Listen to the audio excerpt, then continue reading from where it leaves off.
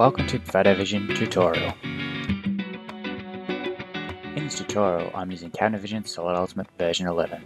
We'll explore how to get the best quality renders possible for your design. PhotoVision is a part of your PhotoVision software, which enables you to create a realistic or artistic looking render. First step in creating your perfect render look is knowing exactly what materials you have chosen. You can view chosen materials by selecting Room Properties at the top center of the screen. Select Cabinets, then Materials. Say I have selected INT CP1 16mm 1mm edge. This refers to the panels and the fillers in the job. Then you go to Doors. As you can see, I've chosen CP1 16mm 1mm edge.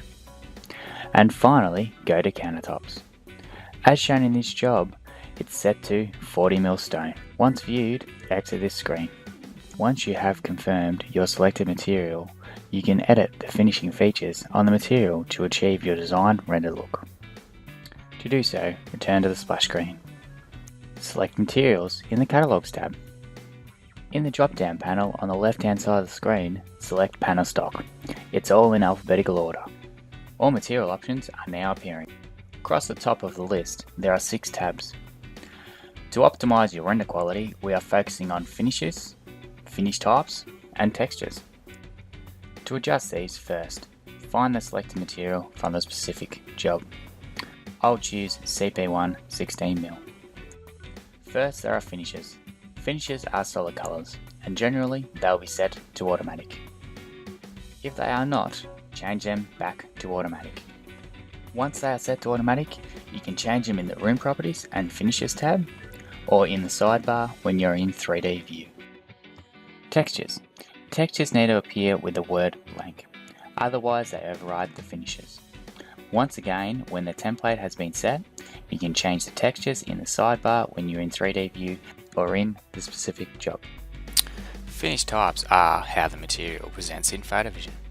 For optimal results, select Finish Type in the Finishes tab at the top of the screen.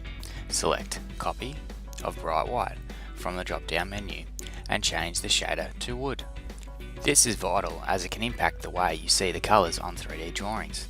For example, if you choose Laminate's Gloss and you are doing a white cabinet, you'll see the grey tone, not a true white. Now we'll discover how to import textures once you've chosen these from the 3D view of your specific job. You need to find the textures you want to save away on your computer. For example, for Laminate colours, go to the Laminate website, find the colour palette, and select a colour to save it away.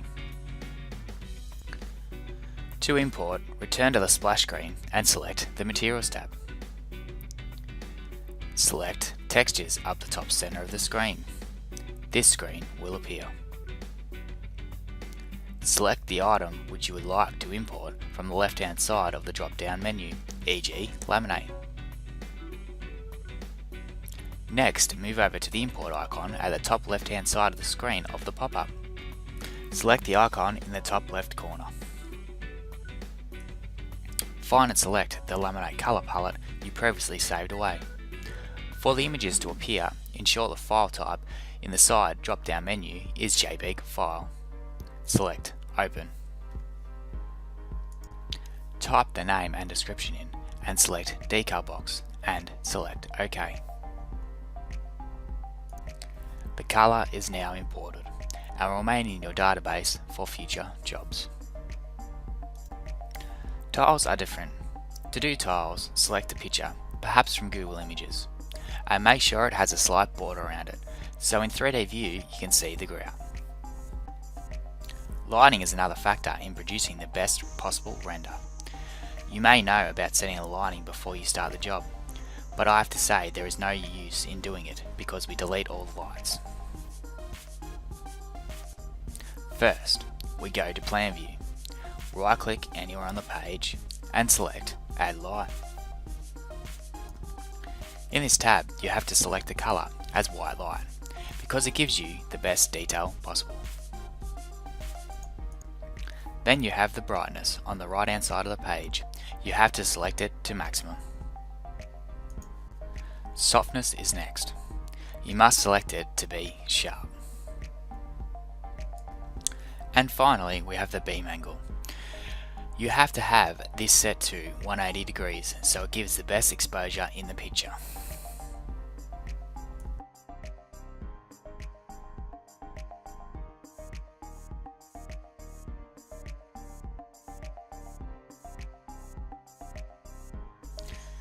Then you can copy this as many times as you need. I'll just copy it to be in the picture 3 times.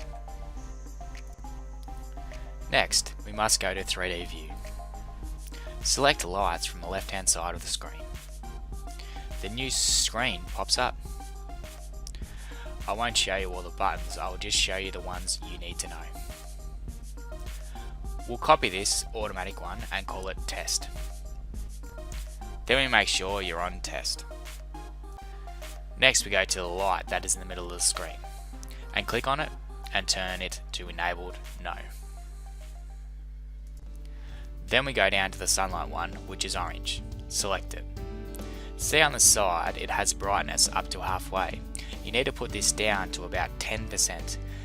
Then you must go to the directional tab and put it in there at -45, -155. This will look amazing.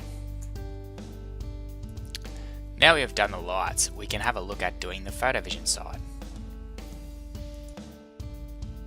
To view this function, select 3D view and select PhotoVision up the top left hand side.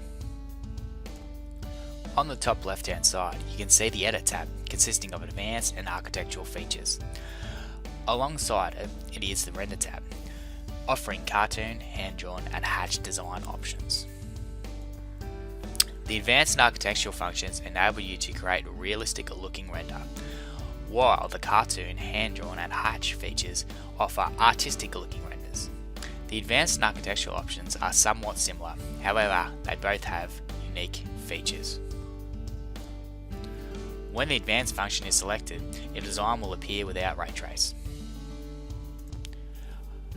while the architectural view outlines ray traces and takes approximately 5 to 7 minutes to complete. I will now show you what it will look like when you are done.